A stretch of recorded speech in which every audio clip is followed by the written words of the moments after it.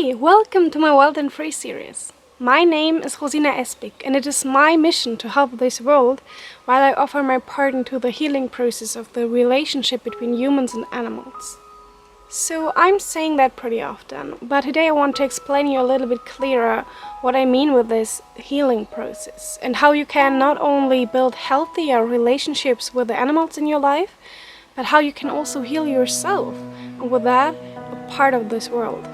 And I also hope that at the end of this video, you also know why you don't even need any animal around in order to start to heal your relationship with them. So if we look at our relationships with animals, we will notice that there are many different ways how we can be in a relationship with them. Of course, the most obvious possibility is the relationship that we have with the animals we are living together with, like our pets. Most of us do feel really connected with them, with the ones we know personally, but also with the specific species like dogs and cats. But we also do have a relationship with the animals that we are just using, like farm animals, fur animals, testing animals, or animals that we are using for entertainment. We actually are connected in millions of ways with them, even if we may never see them in person. And even if it may sound like a lot, if we imagine that all these millions of animals that we are breeding, and if we think that we are connected with all of them in some way, there actually is something even bigger.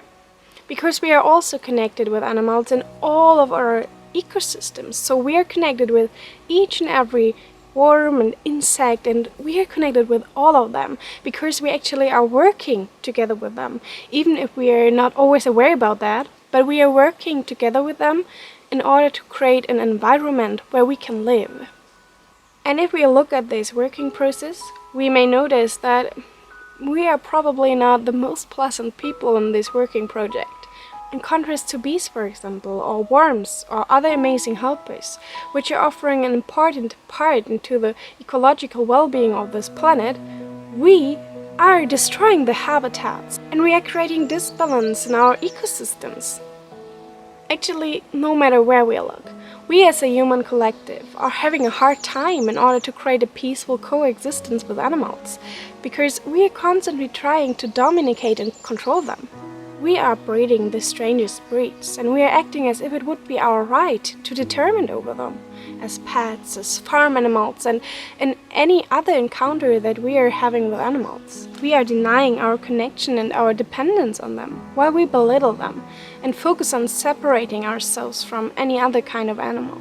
But at the same time we are trying to displace them, we still feel a deep longing for this connection. Most of us do have just no idea how to connect with an animal in the right way. So there's a lot of trouble going on this world, and for me there's one main reason for that. Because there is one more way how we are in relationship with animals. And it is the relationship that we have with the animal we are ourselves. During the last time in history, we have been really busy with finding an evidence that we are fundamentally different from the animal kingdom. We have separated ourselves from them in order to be able to build a civilized society, which is capable of amazing things. And don't get me wrong, I'm not telling you that we should all go back to live the way we did 10,000 years ago. But as we look at the systems and structures that we have built right now, we have to admit that we are stuck somehow. So maybe we should work on creating a future version which is fitting a little bit better for all of us. And in order to do that, we will need to create a fundamentally change, because there are limits for a society which is only based on human minds. And in some areas, we've already reached these limits. For example, we are stuck at creating a healthy living environment for ourselves and for other beings. Our population is growing, but our connection with each other and with other beings is fading away. Our life is ruled by traffic, noise, and electricity.